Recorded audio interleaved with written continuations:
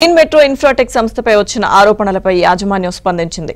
ప్లాట్లు కొనుగోలు చేసి మోసపోయిన బాధితులు తమకు డబ్బులు చెల్లించలేదని ఎండీ బొడ్డు అశోక్ వెల్లడించారు. తమ కంపెనీ పేరుతో సుబ్రహ్మణ్యం అనే వ్యక్తి బాధితులను మోసం చేసినట్లు గుర్తించామన్నారు.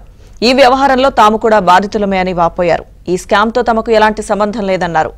గ్రీన్ మెట్రో ఇన్ఫ్రాటెక్ కంపెనీకి సుబ్రహ్మణ్యంకు ఎలాంటి సంబంధం లేదని స్పష్టం చేశారు. ఇక ప్లాట్ ఇస్తున్నారని నమ్మి ఏజెంట్ల చేతిలో మోసపోతున్నారని, దీనిపై న్యాయ పోరాటం చేస్తామని ఎండీ అశోక్ స్పష్టం చేశారు.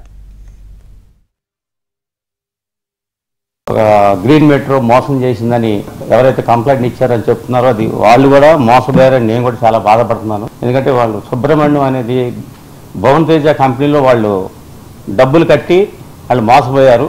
మా కంపెనీకి సుబ్రహ్మణ్యం కంపెనీకి ఎటువంటి లావాదేవీలు వాళ్ళు యాక్చువల్గా వాళ్ళ దగ్గర మేము ఒక చిన్న కాగితం కూడా ఇవ్వలేదు. వాళ్ళు మార్కెటింగ్లో మా దగ్గర ఎంతోమంది మా బిజినెస్కి కొన్ని వందల మంది మార్కెటింగ్ ఏజెంట్ వస్తుంటారు, అమ్ముతుంటారు.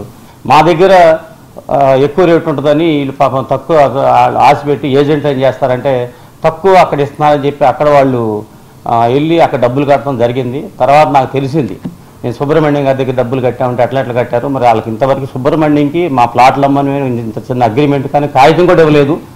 బాధితులు వాళ్ళు చాలా ఇబ్బందులు పడుతున్నారని నాకు తెలిసి నేను ఆల్రెడీ పోలీస్ స్టేషన్కి వెళ్ళాను, చెప్పాను మా సమస్య కూడా ఇట్లమ్మా ఇట్లా జరుగుతుంది, ఇట్లా మా కంపెనీ పేరు చెప్పుకొని ఇట్లా అమ్ముతున్నారు. మా కంపెనీ గురించి తెలియక కంపెనీ గ్రీన్ మెట్రో అమ్మిందని ఒక ప్రాపగండా వాళ్ళు చేశారు. ఆల్రెడీ దీని మీద కేసు బుక్ అయింది. సుబ్రహ్మణ్యం జైలుకి వెళ్ళాడు, ఆల్రెడీ బెయిల్ తీసుకొచ్చాడు. పోలీసు ఎంక్వైరీ ఉంది ఆల్రెడీ. మరి కొత్తగా మరి ఈరోజు చూసి